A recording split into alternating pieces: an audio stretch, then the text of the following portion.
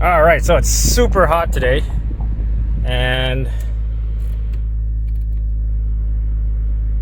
yeah, so I was just walking by the drive-through in our service department, and yeah, a customer saying his AC doesn't work, and had the other shop look at it. Right now, it's on. I guess she spent some money. I don't know. They would try to repair it, but it still doesn't really work. Right now it's cool. I just felt the AC compressor kick on. It's cool. And now it's going warm. Now it's going cool. I can feel it. It's cool air.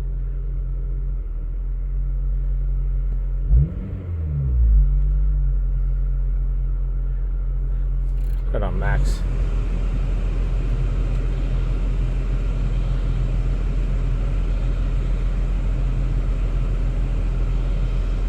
Sit.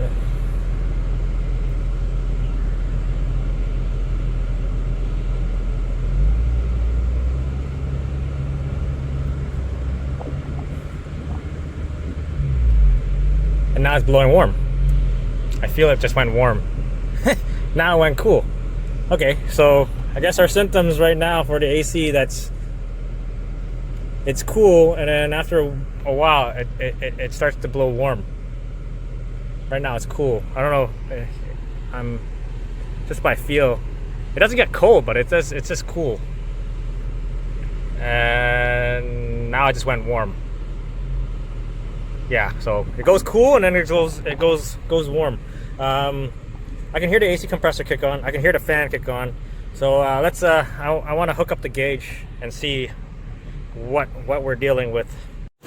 All right, brought it in the shop. So it's got a new alternator, new AC compressor, right? So that AC compressor does kick on, and the fan also does kick on. So those two are working. And yeah, let's hook up the gauges. All right, so I hooked up the gauges. I haven't opened them yet. Also noticed there's something missing here. There's supposed to be a cover. I think I saw it in the back seat. So yeah, I'll probably put that back after whatever I figure out what's wrong with this. But let's open the gauges, right? There's the low side.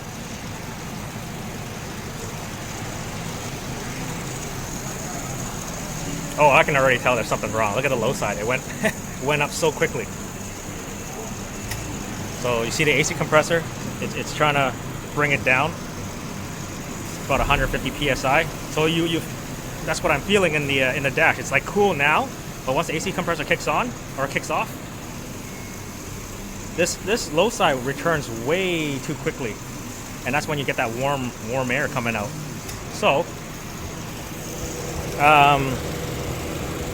yeah, in my train of thought, if your low side returns very quickly, you might possibly have a stuck open expansion valve.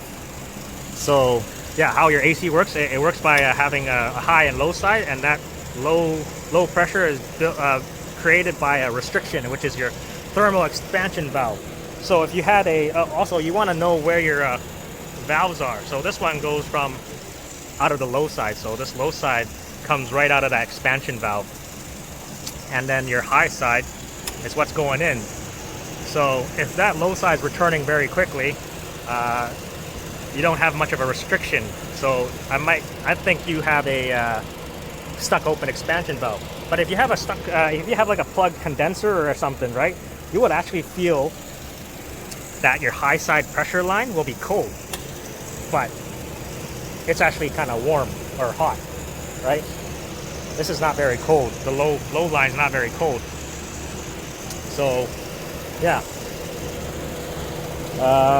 What else? Oh yeah, if you have a plugged condenser, you would have a low pressure on the high side, like a very low pressure, and your low side pressure might go into a vacuum. So yeah, just understand how your pressure works in your AC system and know where your valves are to figure out what's going on, right? But yeah, I think my problem here is the thermal expansion valve that's back there. But yeah, I've already done a evaporator core on a 12 Civic, but not on an SI. The SI is just like you got to remove the cowl to get back there.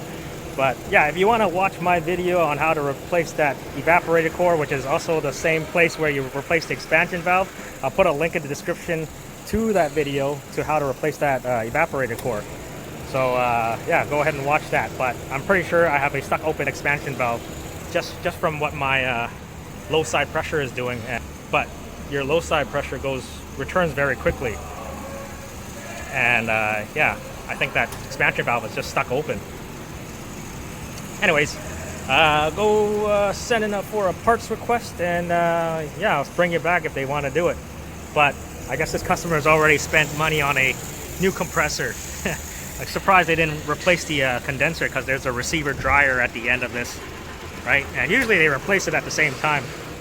But anyways, I'll bring it back if it gets sold, or the job gets sold. I might as well recover it and see how much is in this Civic, just to make sure they put in the right amount. But yeah, imagine if you you know, when you're blowing air into your hand, right, and you have your mouth kind of closed, you get cool air, right? So what happens if you open your mouth bigger? You make like a you're actually blowing warm air. So that's what your expansion valve does. It creates a little restriction to make your make things cool, I guess. I don't know. That's as best as I can explain it. But yeah, I'm just recovering, and I'll show you how. Let's see how much is in this thing. So yeah, I mean, looking at the pressure, I think that kind of makes sense. Well, makes sense to whoever replaced the compressor.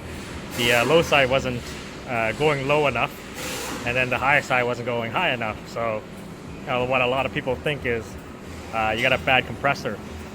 But if you really actually look at it, it's just because it's returning very quickly. And why it's returning very quickly is you don't have that restriction to keep, you know, to meter your, I guess, your flow, I guess, as you can say it. So yeah, you just really have to look at your gauges and understand. But first thing that caught my eye was the low side returning very quickly, and that does not indicate a bad compressor. And what do we have? We have 445 grams, or 450 grams, I mean, 460, it's still measured. So that's plenty, because the system should be about 500 for the Civic Si. So actually, it might actually be 500 grams in this thing. Yeah, 480, so yeah, it's got plenty. So it's pretty much a fully charged system, so that's all you need to know. Alright, so we are going ahead with the expansion valve. This is an aftermarket one. I guess that's what they ordered me. Yeah, so we're going ahead with the expansion valve. This one is an SI, so you gotta remove the cowl. You don't need to take the wiper arms off. I just flip them, you know, turn them on and then shut the key off, just to flip them up.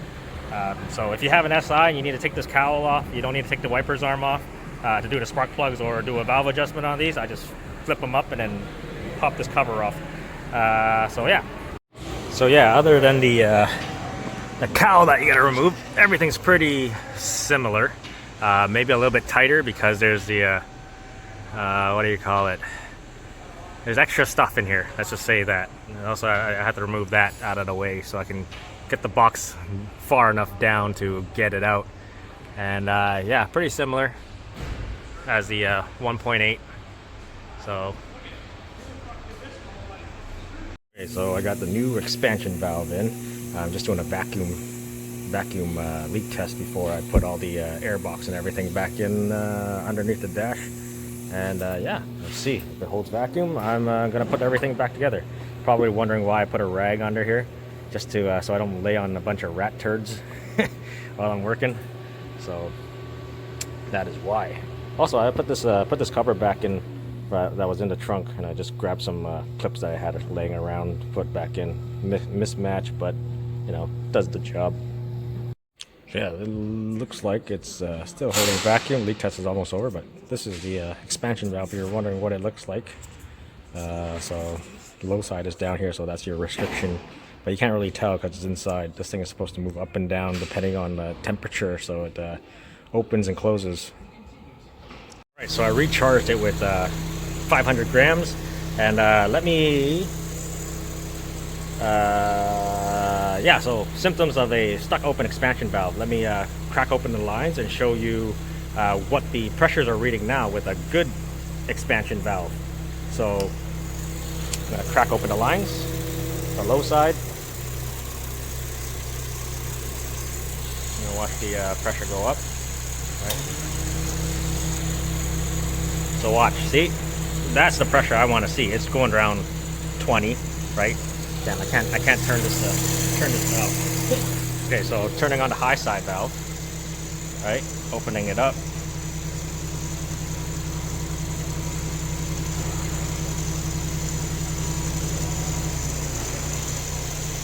You see how slowly that low side's returning compared to before?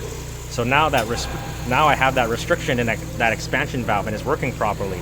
And plus the pressure is also lower now, because before when the compressor cycled on, it was around 40 psi, right? So now see how slowly it returns. Before it was just jumping up to like 70 or 80 psi, and I was going like a cool air from the vent to a hot, like a warm air coming from the vent. But this is the proper low side pressure. So just wait till the AC compressor kicks off. Right? Okay, it's kicked off. You see how slowly it returns, right? That's what you want. Before, it just shot up right to 70 psi after the compressor kicks off. So that's the symptoms of your stuck open expansion valve. But if you have a stuck closed expansion valve, you might see a very high pressure on the high side, like somewhere around maybe over 250 psi. And then this side, you'll see closer to a vacuum when the compressor kicks on. So yeah, that's probably the symptoms of a stuck closed thermal expansion valve. So yeah, now I can go into the car and feel the vents, and it's constantly like, it's cool. I haven't put everything back together, but I just wanted to make this quick video just to show you what symptoms of a bad or a stuck open expansion valve is. So right now it's constantly cool all the time and not just blowing, or yeah, it's cold. It's actually cold, but it was just blowing cool, and then it just went warm right after the compressor kicked off. So yeah. So if you think that when you're reading the pressure initially and you're seeing that the low side pressure doesn't go very low, don't just throw an AC compressor. Make sure you know how to read your pressures and where your ports are and where your restrictions are in your AC system to determine what your issue is. But as you can see, it has a new compressor in it and still didn't fix it. So anyways, I hope you liked the video. Thanks for watching, and I'll see you next time. Oh yeah, and this Civic Si has almost 200,000 kilometers on it.